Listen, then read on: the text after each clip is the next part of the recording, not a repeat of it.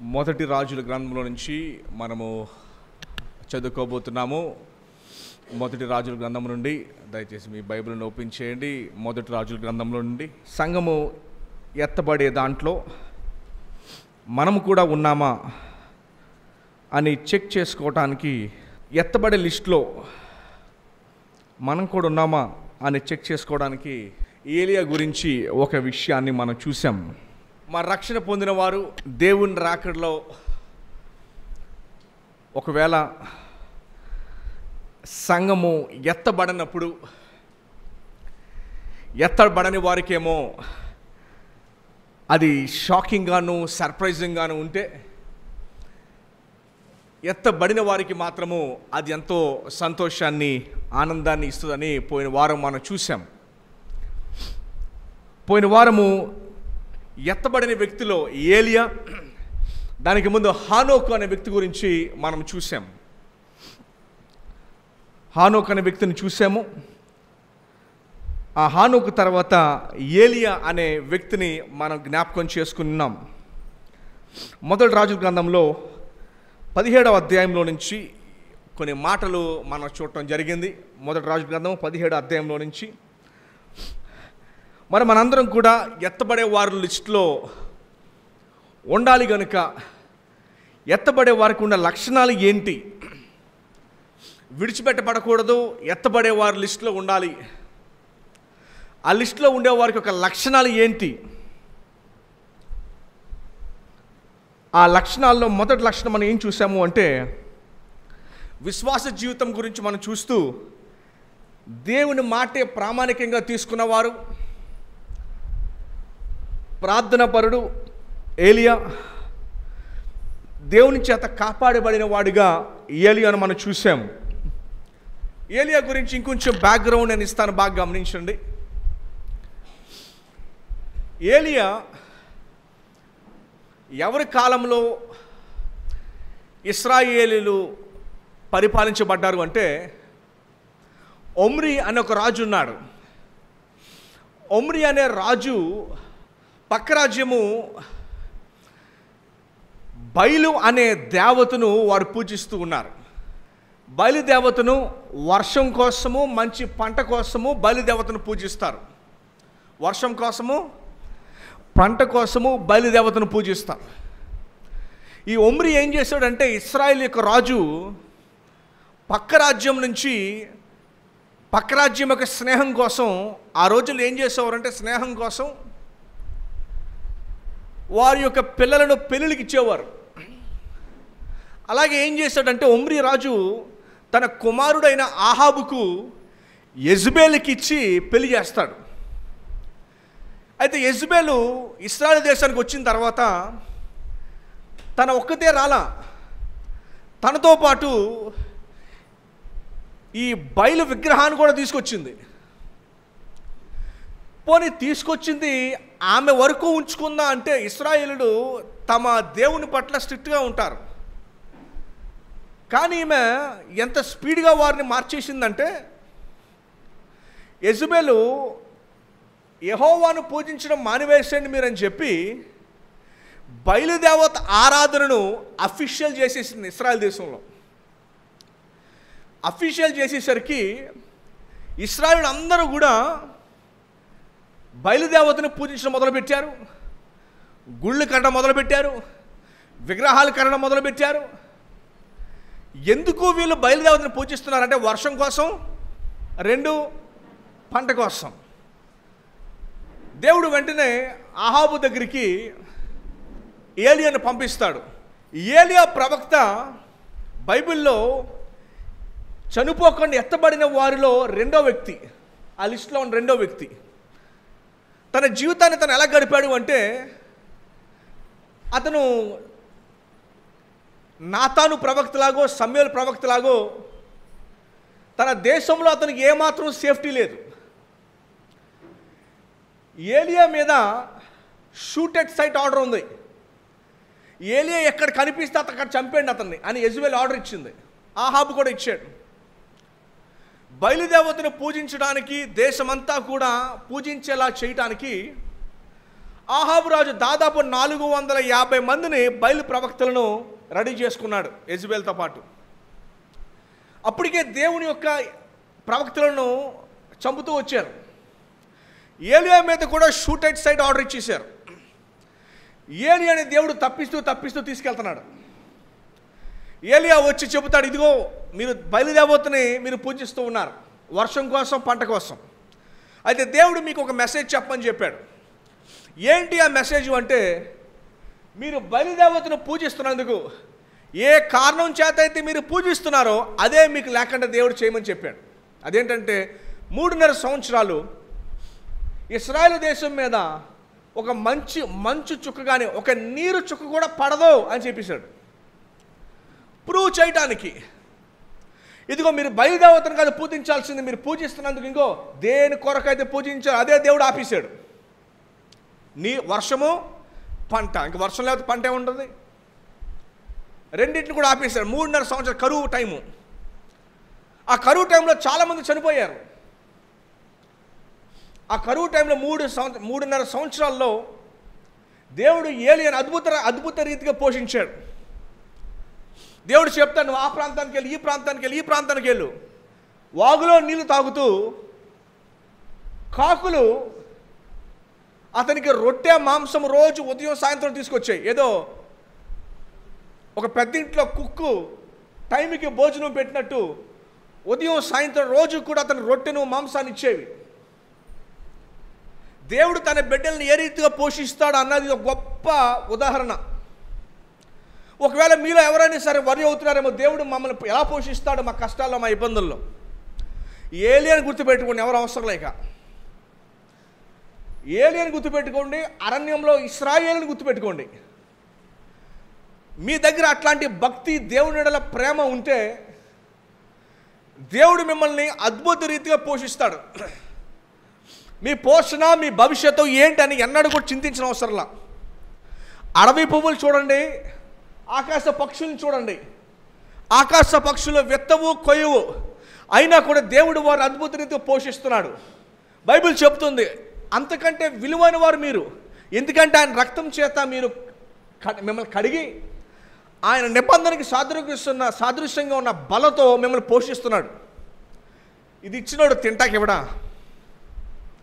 ఈ బలలో మీకు రొట్టె రసము పెట్టి మిమ్మల్ని పోషిస్తున్న వ్యక్తి, ఆ దేవుడు మీ ఆత్మీయ జీవితాన్ని పోషిస్తున్న వారు మీ శరీరానికి ఏం కావాలని ఇవ్వడా? ఇది ఇచ్చిన వారు అని ఎవరండి? ఇది ఇచ్చేటంటే నా అర్థం మిగతాన్ని ఇచ్చేస్తానని మనమే భయపడతా ఉంటాం. ఇది ఉంది అంటే మన అర్థము నిబంధనలో దేవుడు మనం చేర్చుకుని ఉన్నాడు. అటు తర్వాత సారేపత్ అని ఒక ఊర్లోకి పంపిస్తాడు.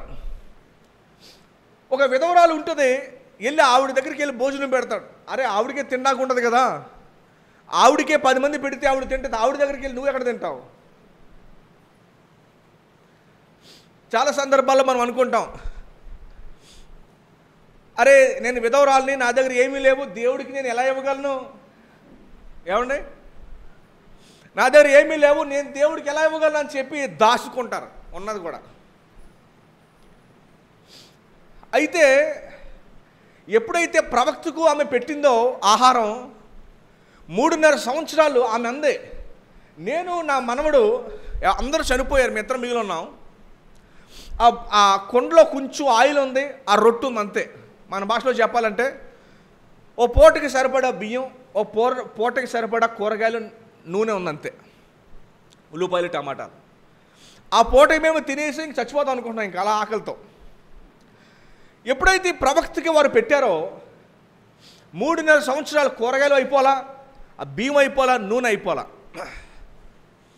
దేవుడు అద్భుత రీతిగా పోషించాడు. ఆయన నమ్ముకున్న ప్రతి బిడ్డను కూడా ఎలాగా అని తలంచుకున్నప్పుడు దేవుడు అద్భుత రీతిగా పోషించబడాలి అని మీరు కోరుకుంటే కనుక ఆయన మీద పూర్తిగా ఆధారపడండి. కనిపించకపోయినా వెళ్ళండి, అర్థం కాకపోయినా ముందుకు వెళ్ళండి, భవిష్యత్తు తెలియకపోయినా ముందుకు వెళ్ళండి. దేవుడు సహాయం మీద ఆధారపడండి. కనిపించకపోయినా వెళ్ళండి, పర్వాలేదు, మీ దేవుడు మీకు తోడే ఉన్నాడు. మీరు ముందుకు వెళితే విశ్వాస జీవితంలో పర్వాలేదు, ప్రభు చెప్పాడు, నేను సదాకాలం మీతో కూడా ఉంటాను, ధైర్యం తెచ్చుకోండి అని చెప్పాడు. భయపడవద్దు. ఏలియా కాబట్టి అలా జీవించాడు అనద్దు. బైబిల్ చెప్తుంది ఏలియా కూడా మన వంటి వాడని చెప్తుంది. ఏలియా వలె జీవించమని దేవుడు ఏలియా గురించి బైబిల్లో రాయించాడు. మీరందరూ కూడా దేవుని రాజ్యంలో ఎత్తబడాలి అంటే ఏలియా లాంటి విధానము మనం నేర్చుకోవాలి. ఏలియా లాంటి విశ్వాస జీవితం ఉండాలి. ఏలియా లాంటి ప్రార్థన జీవితం ఉండాలి. మొదటి పాయింట్ ఏంటండి?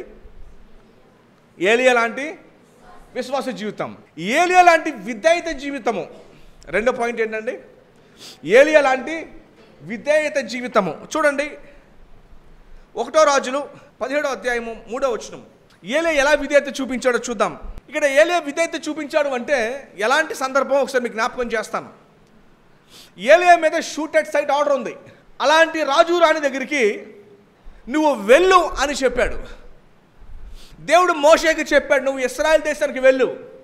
అరే దేవా, నేను ఇప్పుడే ఇశ్రాయేల్ దేశంలో ఒక వ్యక్తిని నేను చంపేసి వచ్చాను, నేను పారిపోయి వచ్చాను, నేను మళ్ళీ నన్ను ఐగుప్తు దేశానికి వెళ్ళమంటావా?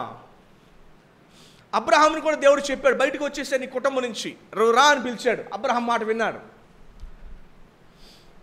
దేవుడు శిష్యుల్ని పిలుచుకున్నాడు. యేసు ప్రభు వారు శిష్యులు చాలా బిజీగా ఉన్నారు. మత్తయి అయితే డబ్బులు లెక్కెట్టుకుంటున్నాడు. యేసు ప్రభు శిష్యులు అయితే చేపలు పట్టుకునే దాంట్లో చాలా బిజీగా ఉన్నారు. గమనించండి, దేవుడు ఖాళీగా కూర్చున్న వాళ్ళని పిలవడం, దేవుడు బిజీగా ఉన్న వాళ్ళని పిలుస్తాడు. గమనించండి. ఏమో ఖాళీగా ఉన్న పిలవచ్చు, నాకైతే తెలియదు, కానీ బైబిల్లో అయితే దేవుడు బిజీగా ఉన్న వాళ్ళని పిలిచాడు. ఖాళీగా కూర్చోవడం ఎక్కువ పిలిచినాడు మనకు కనబడదు. దేవుడు బిజీగా ఉన్న వాళ్ళని పిలిచాడు. ఎందుకు? వారి విధేయత చూడటానికి. మీరు అనొచ్చు, అయ్యో నేను చాలా బిజీగా ఉంటాను, నా వల్ల కాదనని. దేవుడు కూడా అదే చూస్తున్నాడు. ఖాళీగా ఉంటే వచ్చేది కాదు దేవుడికి ముఖ్యం.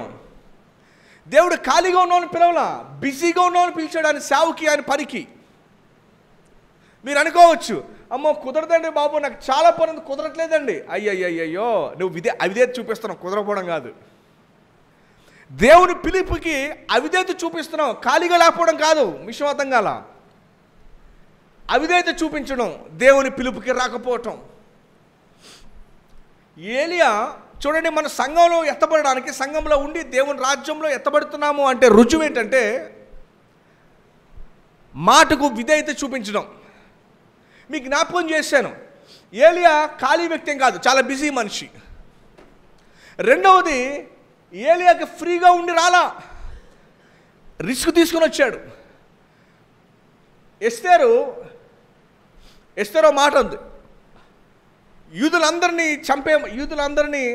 చంపబడే ఒక ఆర్డర్ ఇచ్చాడు రాజు.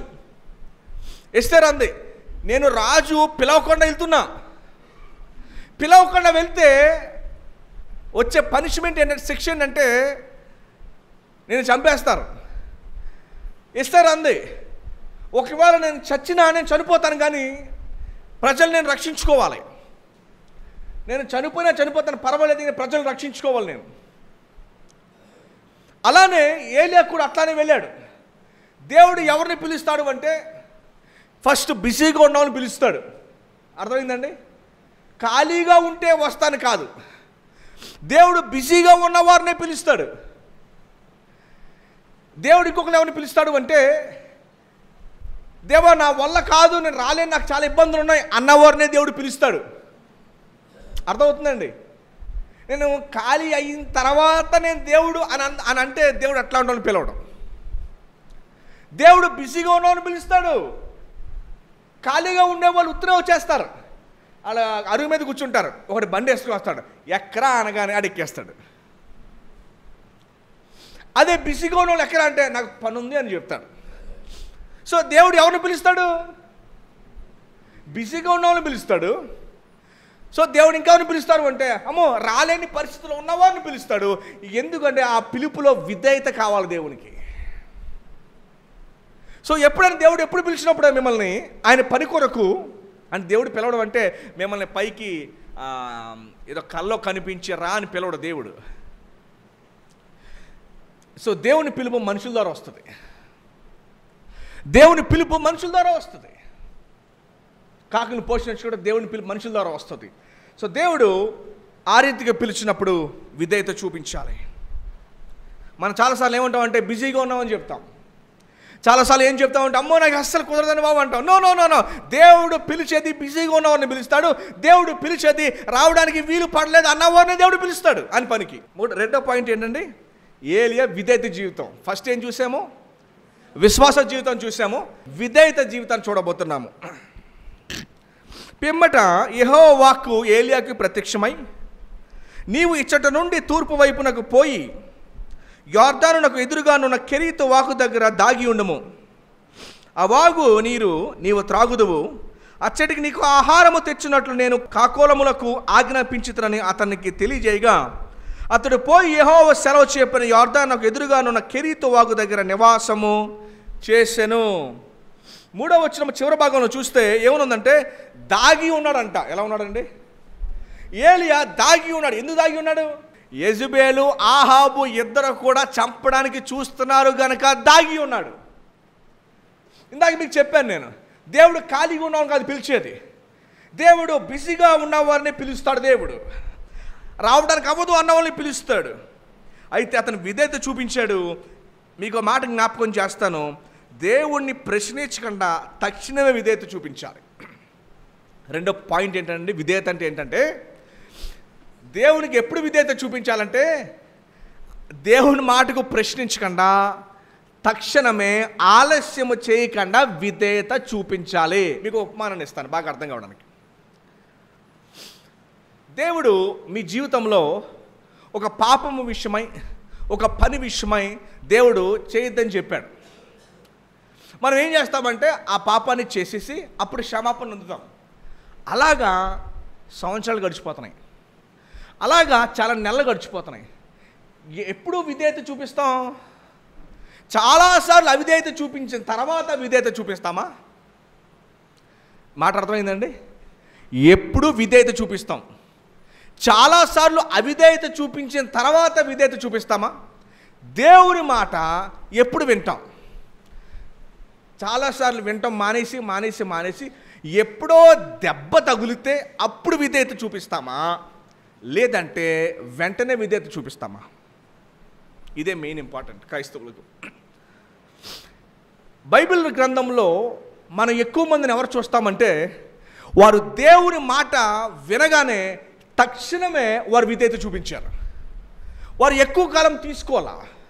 మనం చాలా సందర్భాల్లో ఏం చేస్తామంటే అవిధేయత చూపించుకుంటూ ఎన్నోసార్లు అవిధేయత చూపించుకుంటూ ఎప్పుడో దెబ్బ తగిలిన తర్వాత అప్పుడు విధేయత చూపిస్తున్నారా? నేను మీ హృదయంతో మాట్లాడుతున్నాను. దేవుని వాక్యం మీ హృదయంతో మాట్లాడుతుంది. ఎప్పటికి విధేయత చూపిస్తారు? చాలాసార్లు అవిధేయత చూపించి అప్పటికి ఎప్పుడో విధేయత చూపిస్తారా? ఏలియా ఎప్పుడు విధేయత చూపించాడు? ఏలియా తక్షణమే వెంటనే విధేయత చూపించాడు. నా స్నేహితుడు ఒక అతన్ని రాజమండ్రి ఉదయం మందిరానికి నేను ఆహ్వానించాను 2 నెలల క్రితం. తల్లిదండ్రులు ప్రభువు నమ్ముకున్నారు. మనోడికి చిన్నప్పుడు చర్చికి వెళ్ళేవాడు, తర్వాత వెళ్ళడం మానేశాడు. నాకు ఆ విషయం తెలిసిన తర్వాత నేను ఏం చేశానంటే మందిరానికి ఆహ్వానించాను. నేను సరే నేను పిలిచాను కదా అని చెప్పి కష్టం మీద వచ్చాడు. 1 వారం వచ్చాడు, 2వ వారం మానేశాడు. ఏమయ్యా ఏంటి మరి రాలేదంటే వస్తానని చెప్పాడు. ఆదివారం మందిరానికి రావాలి, శనివారం మధ్యాహ్నం యాక్సిడెంట్ అయ్యింది. మన రాజమండ్రి మందిరానికి వెళ్ళే రూట్లో ఏవి రోడ్లోనే యాక్సిడెంట్ అయింది. యాక్సిడెంట్ అయ్యేసరికి ఈ రైట్ లెగ్ కింద వేళ్ళు అన్నీ కూడా పోయినాయి. 2 వేలు తీసేశారు. మధ్యలో వేలు, చివరి వేలు 2 తీసేశారు. తీసేసిన తర్వాత అదే ఉండడానికి ఎక్కడా లేదు పాపం. నేను పని చెప్పాను, సరే నువ్వు పని చేయి, మా రాజమండ్రి మందిరంలో కింద గది ఉంది, నీ డైరెక్ట్గా అంబులెన్స్ లోపలికి వచ్చేస్తా, నువ్వు గదిలో ఉండి 1 నెల రోజులు ఉండి నువ్వు సెట్ రైట్ వేయాలని చెప్తే కింద ఆ గదిలో ఉంటున్నాడు. ఆ గదిలో ఉంటే నేను మామూలుగా వెళ్తే బైబిల్ ఉంటే ఇవి చదువుకుంటాను అంటున్నాడు. ఇప్పుడు కథ ఉంటే సజీవ సాక్షి ఎవరో పాస్టర్ గారు అన్నారు, క్షవరం అయితే కానీ వివరణ రాదంట. విధేయత ఎప్పుడు చూపించాలి? అవిధేయత చూపించాక దెబ్బలు తిన్నాక అప్పుడు అవిధేయత. దయచేసి గమనించండి, ఏలియా నుంచి మనం నేర్చుకునే పాఠం ఏంటంటే విధేయత మొదట్లోనే చూపించాలి. ఎప్పుడు చూపించాలి? మొదట్లోనే చూపించాలండి. దెబ్బ తగిలి రావడం బెట, దెబ్బ తగలకు ముందే జాగ్రత్త పడడం మంచిదా? ఈరోజు చాలామంది దెబ్బ కోసం వెయిటింగ్ చేస్తున్నారు. ఏమండి, దేనికోసం వెయిటింగ్ చేస్తున్నారు? ఆ గాలి తిరుగుతున్నారు. అలాగే ఓ దెబ్బ తెలియదు అనుకోండి, చాలామంది నుంచి నేను విన్న మాట ఏంటంటే ఇది బాగైపోతే వచ్చేస్తానండి.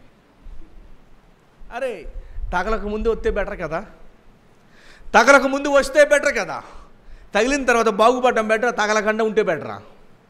దయచేసి గమనించండి, విధేయత ఎప్పుడు చూపించాలి? వెంటనే చూపించాలి. అబ్రహాం విధేయత చూపించాడు. ఇశ్రాయేలు విధేయత చూపించినప్పుడు దేవుని యొక్క సన్నిధి వారి దగ్గర ఉంది. విధేయత చూపించినప్పుడల్లా కూడా వారు బానిసత్వంలోకి వెళ్ళారు, నష్టాల్లోకి వెళ్ళారు, ఇబ్బందుల్లోకి వెళ్ళారు. అమ్మ, మీరెప్పుడు విధేయత చూపిస్తారు? అని వెంటనే చూపిస్తారా? టైం కావాలా? టైం కావాలండి. విధేయత, దేవుని వాక్యము వెంటనే అడుగుతుంది మనల్ని, వెంటనే విధేయత చూపించాలని. ఇది రెండవ విషయం. మొదటిది, ఎత్తబడే వారిలో ఉండే మొదటి లక్షణం విశ్వాస జీవితము. రెండు, విధేయత జీవితము. మూడోది మనం చూడబోతున్నాం, చూడండి. అదే మూడో వచనంలో ఏం గమనిస్తున్నాము అంటే, ఒక మాటని మీకు చూపిస్తాను చూడండి. నీవిచ్చట నుండి తూర్పు వైపుకు పోయి యొర్దానుకు ఎదురుగానున్న కెరీతు వాగు దగ్గరికి దాగి ఉండము. కెరీతు అంటే అర్థము ప్రత్యేకత. ఏలియా అంటే అర్థము యెహోవాయే నా దేవుడు. ఏలి అంటే అర్థం ఏంటండి? యెహోవాయే నా దేవుడు. కెరీతు అంటే అర్థము ప్రత్యేకత.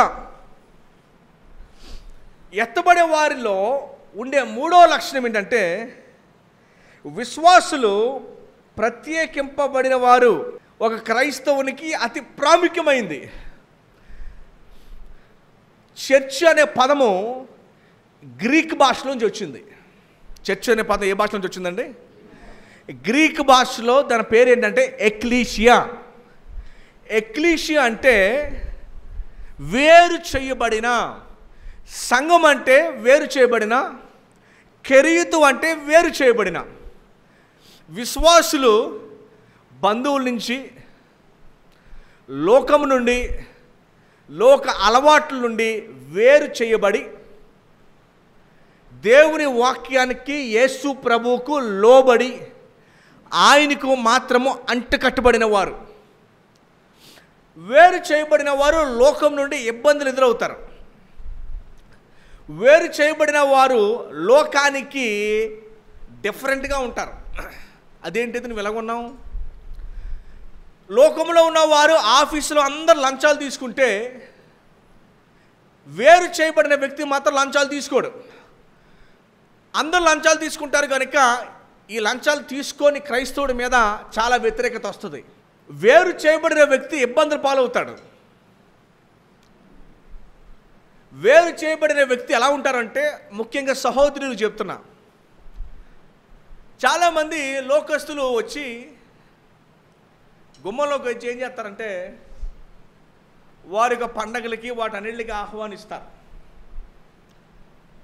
చాలా సందర్భాల్లో నేను ఏం చూస్తాను, వాళ్ళు వచ్చి ఏం చేస్తారని బొట్టు పెడతా ఉంటారు. ఏం చేస్తూ ఉంటారు? మా దానికి రండి అని. చాలా సందర్భాల్లో వాళ్ళు వచ్చి ఏంటంటే వాళ్ళ ఆహారాన్ని ఇస్తూ ఉంటారు. చాలా సందర్భాల్లో వారు అలవాట్లలో పాల్గొనమంటారు. ఒకవేళ వారిలో కనుక మనం పాల్గొనకపోతే మనల్ని డిఫరెంట్గా చూస్తారు. అదేంటిది? నువ్వు ఇలాగెందుకు చూస్తున్నావు, నువ్వు ఇలాగెందుకు చేస్తున్నావు, మాకులాగా ఉండలేవా, మాకులాగా మాట్లాడలేవా, మాకులాగా జీవించచ్చు కదా, ఏ ప్రాబ్లం ఏంటి నీకు? మాకులాగా ఉంటే నీకు ప్రాబ్లం ఏంటి? మేము చేసినట్టు చేయొచ్చు కదా. వేరు చేయబడిన సంఘము లోకం నుండి చాలా ఇబ్బందులు ఎదుర్కొంటుంది. ఎందుకంటే వేరు చేయబడిన సంఘము, వేరు చేయబడిన విశ్వాసులు లోకానికి వ్యతిరేకంగా ఉంటారు. వారు డిఫరెంట్గా ఉంటారు. వారికి ఇబ్బందులు ఎదురవుతాయి. ఇది సాతానుడు ఏలుబడి చేస్తున్న లోకం కనుక వేరు చేయబడిన వారి కోరికలు వేరుగా ఉంటాయి, ఆశలు వేరుగా ఉంటాయి, వారి రూటు లోకానికి వేరుగా ఉంటుంది. అందుకనే పౌలు గారు అంటారు రోమా పత్రికలో, మీరు లోక మర్యాదను అనుసరింపక ఉత్తమమైన దానిని, దేవుని చిత్తాన్ని ఎరిగి రూపాంతరం చెందుడి. ఏలియా అందరు ఇశ్రాయేలులాగా లేడు. ఏలియా ఎలాగున్నాడంటే వారికి పూర్తిగా వ్యతిరేకంగా ఉన్నాడు. దేవుని మార్గము సాతాను మార్గానికి ఎప్పుడు కూడా వైరమే. దేవుని మార్గము సాతాను మార్గానికి ఎప్పుడు కూడా వైరమే. నా ప్రశ్న మిమ్మల్ని అడిగేది ఏంటంటే, మీకును లోకానికి వ్యత్యాసము మీకు కనపడుతుందా మీ జీవితాల్లో?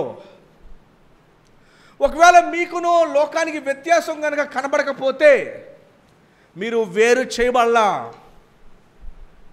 మీరు వేరు చేయబడలేదు. ఆనాడు దేవుడు అవిశ్వాసులను విశ్వాసులను వేరు చేసినప్పుడు మీరు విశ్వాసుల గుంపులో ఉంటారా, లేకపోతే అవిశ్వాసుల గుంపులో ఉంటారా? ఇప్పుడు ఏ గుంపులో ఉంటే అప్పుడు ఆ గుంపులోనే ఉంటారు. వేరు చేయబడిన వారికి రిస్క్ ఉంటుంది, వేరు చేయబడిన వారికి ఛాలెంజ్ ఉంటుంది. వేరు చేయబడిన వారు లోకానికి దూరంగా ఉంటారు. లోకం కోరుకునే ఆశలకు, లోకం కోరుకునే ఎంటర్టైన్మెంట్కి, లోకం కోరుకునే సరదాలకి వేరుగా ఉంటుంది. దయచేసి గమనించండి.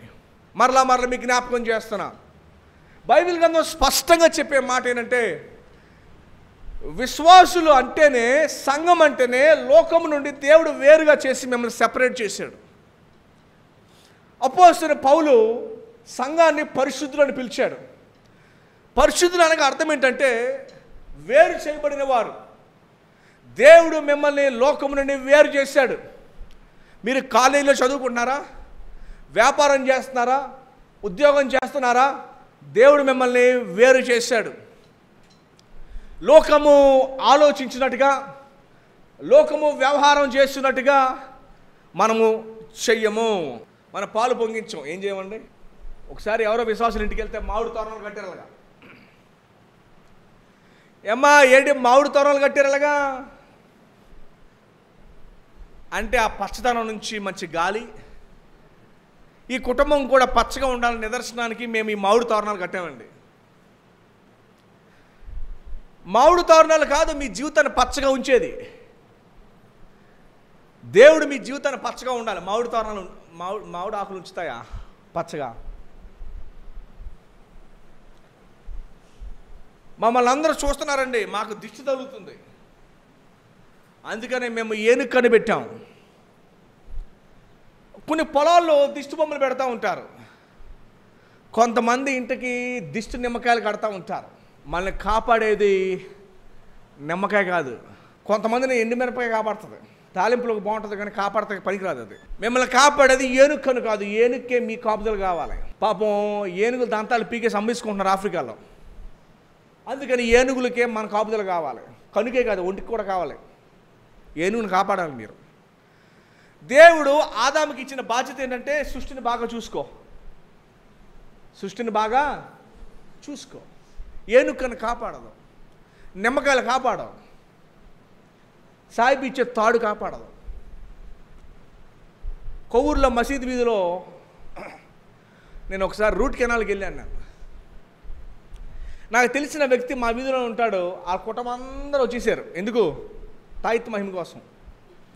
నేను అక్కడే నుంచొని చూస్తున్నాను. నేను అడిగాను, నేను ఎందుకు వచ్చారని. ఒంట్లో బాగుంటలేదని తాయిత్ కోసం వచ్చాం మేము. మన దేశంలో అంటారని లాజిక్ అని మ్యాజిక్ని బాగా నమ్ముతారని. దేవుడు మనల్ని వేరు చేశాడు, సెపరేట్ చేశాడు. మరల లోకపు అలవాట్లోకి పోవడానికి కాదు, పాత అలవాట్లని మన ఇంట్లోకి చేర్చుకోవడానికి కాదు. రెండు విషయాలు చెప్పాను. మొదటిది, ఎత్తబడే సంఘానికి ఉండే రెండో లక్షణం ఏంటండి? విధేయత చూపించడం. మూడో లక్షణం, ప్రత్యేకించబడిన వారు. దేవుడు మిమ్మల్ని ఆయన ప్రశస్తమైన రక్తంతో మిమ్మల్ని వేరు చేశాడు. ఆయన బలలో మీరు పాల్గొంటున్నారు. లోకంలో కలిసిపోవడానికి కాదు, దేవుడు మిమ్మల్ని వేరు చేసింది. చాలా ప్రాముఖ్యమైనది ఇది. మూడో విషయం చెప్పి నేను ముగిస్తాను. నేను ఏలియా ధైర్యం గల జీవితాన్ని కలిగిన వాడు. ఏ జీవితాన్ని కలిగిన వాడు? రాజు చంపడానికి తిరుగుతుంటే తప్పించుకొని తిరుగుతున్న సమయంలో చూడండి, అదే 18వ అధ్యాయం 1 రాజులు 21వ వచనం. ధైర్యం కలిగిన జీవితం ఎలాంటిదో. ఎంతోమంది దేవుని ప్రవక్తలను చంపేయడం ద్వారానే ఈ 18వ అధ్యాయం మీరు చదివితే ఏలియా యొక్క ఛాలెంజ్ మామూలుగా ఉండదండి. ఒక్కడే 400 మందికి వ్యతిరేకంగా పోరాడాడు. 450 మందికి పూర్తి గవర్నమెంట్ సపోర్ట్ ఉంది, రాజు సపోర్ట్, రాణి సపోర్ట్ ఉంది. ఇటువైపు నుంచి పోరాడేది ఎంతమంది? ఓన్లీ 1.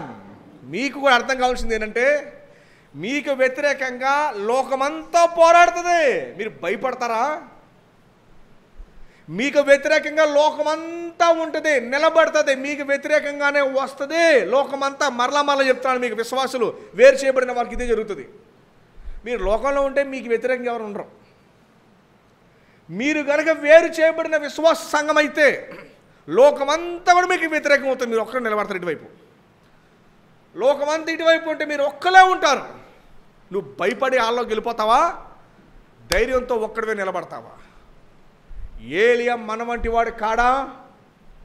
అందరూ ఆలోచించండి, విషయాలను ధ్యానం చేసుకోండి. మీరు ఒక్కలే, ఇటు లోకం. 21వ వచనం. ఏలియా ప్రజల దగ్గరకు ఛాలెంజ్ చేశాడు. అప్పుడు ఇశ్రాయేలు అందరూ కూడా బయలుదేవతనే నమ్మారు, బయలుదేవత వైపే నుంచున్నారు. ఏలియా ఏమంటున్నారు చూడండి, 21వ వచనం. ఏలియా జనులందరి దగ్గరికి వచ్చి, ఎన్నాళ్ళు మట్టుకు మీరు 2 తలంపుల మధ్య తడబడుదురు? యెహోవా దేవుడైతే ఆయనను అనుసరించుడి, బయలు దేవుడైతే వాని అనుసరించుడని ప్రకటన చేయగా జనులు అతనికి ప్రత్యుత్తరముగా ఒక్క మాట అయినను పలుకకపోయిరి. అమ్మా, ఇట్లాంటి ధైర్యం మీకు ఉండాలా? మీ బంధువుల దగ్గర, మీ స్నేహితుల దగ్గర ఇలాంటి ధైర్యం మీకు ఉండాలా? ఏలియా వంటి ధైర్యం, ఎత్తబడే వారికి ఇలాంటి ధైర్యం ఉంటుంది. సువార్త ధైర్యంగా పంచుకోవాలి, అలాంటి ధైర్యం మీకు ఉంటుంది.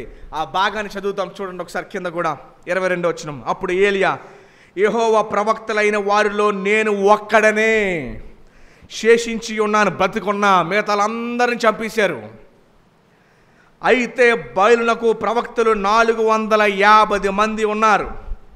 మాకు 2 ఎడ్లను ఇయ్యుడి, వారు వాటిలో ఒకదాన్ని కోరుకొని దాని తునకలుగా చేసి, అంటే బలి అర్పించి క్రింద అగ్ని వేద్దాం. 24వ వచనం. తరువాత మీరు మీ దేవత పేరును బట్టి ప్రార్థన చేయుడి.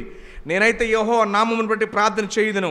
ఏ దేవుడు కట్టెలను తగులుబెట్టు చేత ప్రత్యుత్తరం ఇస్తాడో, సమాధానం ఇస్తాడో ఆయనే దేవుడని మనం నిశ్చయించుకుందామని రండి అని ఏలియా మరల జనులతో చెప్పగా జనులందరూ ఈ మాట ఓకే అని ఒప్పుకున్నారు. ఛాలెంజ్ మొదలయ్యింది. తర్వాత వచ్చిన 26వ వచనం, 25. అప్పుడు ఏలియా బయలు ప్రవక్తలను పిలిచి, మీరు అనేకులై ఉన్నారు గనుక మీరే మొదట ఒక యొద్దును కోరుకొని సిద్ధము చేసి మీ దేవత పేరును బట్టి ప్రార్థన చేయుడి. అయితే మీరు అగ్ని ఏమీయు క్రింద వేయవద్దని చెప్పగా, కింద అగ్ని ఏమీ పెట్టద్దు. మీరు అగ్ని ఎక్కడి నుంచి రావాలి? ఆకాశం నుంచి రావాలి. వారు తమకు ఇయ్యబడిన యొద్దును తీసుకొని సిద్ధము చేసి ఉదయం మొదలుకొని మధ్యాహ్నం వరకు బయలా మా ప్రార్థన వినుమని బయలు పేరున ప్రార్థన చేసిరు. కానీ ఒక మాట అయినను ప్రత్యుత్తరం ఎవ్వరు కూడా వాళ్ళకి రాకపోగా వారు తాము చేసిన బలిపీఠం వద్ద గంతులు వేసి మొదలు పెట్టిరి. మధ్యాహ్నం కాగా ఏలియా ఏమన్నాడు చూడండి, 27వ వచనం. వాడు ఏమన్నాడు? ఆయన అన్నాడా, వాడన్నాడా? చూసారా 27. ఇది ధైర్యంతో వస్తుందండి. ఎలా వస్తుంది ఇది?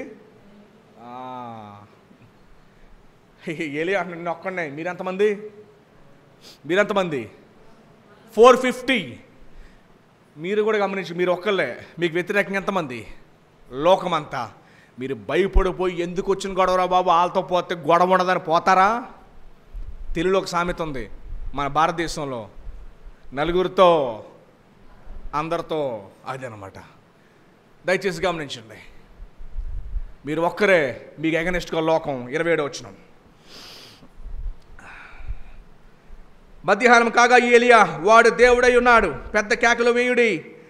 వాడు ఒకవేళ ధ్యానము చేయుచున్నాడేమో, దూరంగా ఉన్నాడేమో, ప్రయాణం చేస్తున్నాడేమో, నిద్రపోతాడేమో, మీరు ఒకవేళ లేపవలసి ఉన్నదేమో అని అపహాస్యము చేయగా వారు మరి గట్టిగా కేకలు వేయించు రక్తము కారు మట్టుకు తమ మర్యాద చెప్పున కత్తులతోనూ శస్త్రములతోనూ తమ దేహములను కోసుకొనిచ్చునుండిరి. చూడండి, ప్రపంచంలో కొన్ని మతాలు ఉన్నాయి. పాప క్షమాపణ కొరకు, దేవుడి క్షమాపణ కొరకు కొరడాలు ఇచ్చి కొట్టుకుంటారు. అలాగా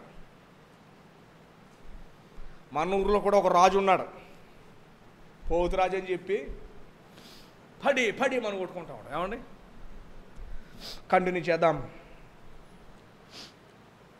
30 వచనం 29. ఆ ప్రకారం మధ్యాహ్నం తర్వాత అస్తమయ నైవేద్యం అర్పించే సమయం వరకు వారు ప్రకటన చేయించు వచ్చారు కానీ మాట అయినను ప్రత్యురం ఇచ్చు వాడైనను లక్ష్య పెట్టేవాడైనను లేకపోయినా అప్పుడు ఏలియా ఎప్పుడు దాకా టైం ఇచ్చాడు? ఉదయం నుంచి సాయంత్రం దాకా టైం ఇచ్చాడు. అప్పుడు ఏలియా ఎన్నో వచ్చిన ఉన్నది, నా దగ్గరకు రండని జనులందరితో చెప్పగా జనులందరూ అతని దగ్గరికి వచ్చి అతడు క్రింద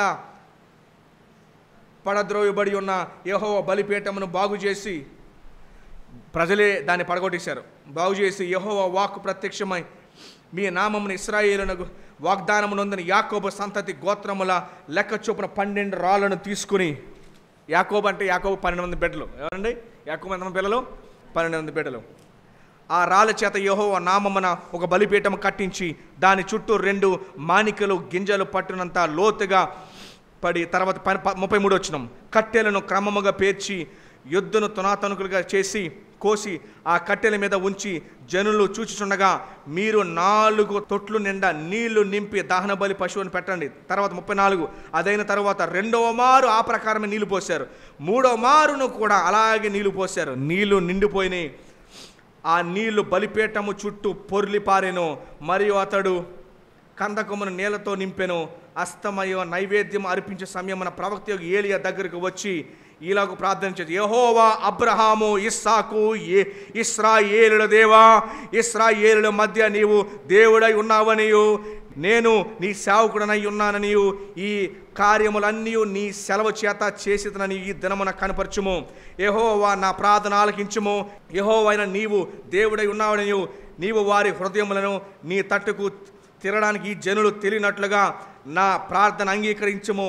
అతడు ఎలాగూ ప్రార్థన చెయ్యుచుండగా, అవలేదు ఇంకా ప్రార్థన చెయ్యుచుండగా యెహోవా అగ్ని దిగి దహన బలి పశువును కట్టెలను రాళ్ళని సహితము బుగ్గిని దహించి కందకమందున నేలను ఆరిపోజేసెను. అంతటా జనులందరూ దాన్ని చూచి సాగిలపడి యెహోవాయే దేవుడు, యెహోవాయే దేవుడిని కేకలు వేసిరు. అప్పుడు ఏలియా ఒకరినైనా తప్పించుకొని పోనీయక బయలు ప్రవక్తలను పట్టుకునుడని వారికి సెలవిగా జనులు వారిని పట్టుకొని ఏలియా కీషోను వాగు దగ్గరకు వారిని తీసుకొని అక్కడ వారిని